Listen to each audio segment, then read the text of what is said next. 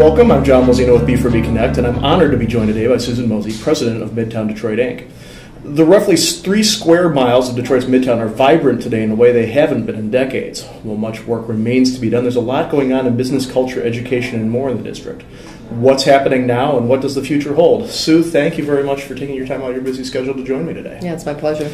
So I guess it's a good sign that I've got a bunch of meetings down here in Midtown today. There's a lot going on. Yeah, I think we've made a lot of progress in the last 5 years or so. It really seems so. Can you give me a little bit of detail about Midtown Detroit? It's the old University Cultural Center team along with New Center? Yep.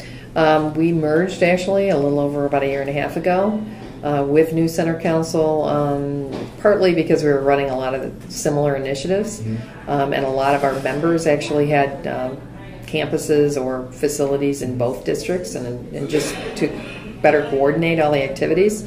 Our funding sources and our foundation community and some of our anchors thought it would make more sense for us to come together. So we did that about 1.5 years ago, still focusing heavily on residential and commercial amenities, events, beautification and maintenance kinds of activities, public infrastructure. So a lot of the work we're doing is very similar to our predecessor organizations, but we like to think we're doing it more effectively and efficiently today. Well, in a region that sometimes has its issues with regionalism and on playing nicely with each other, that's a healthy thing to have happen for two groups to say we'd work better together than we would separately. Right, and I think it was really due to the leadership of a lot of the major stakeholders that really happened, and we also work a lot more closely with the Downtown Detroit Partnership than we ever have in the past, and Detroit Economic Growth Corporation. So everybody who's really involved in the corridor redevelopment here, including other sort of more newcomer organizations like the Creative Corridor Center and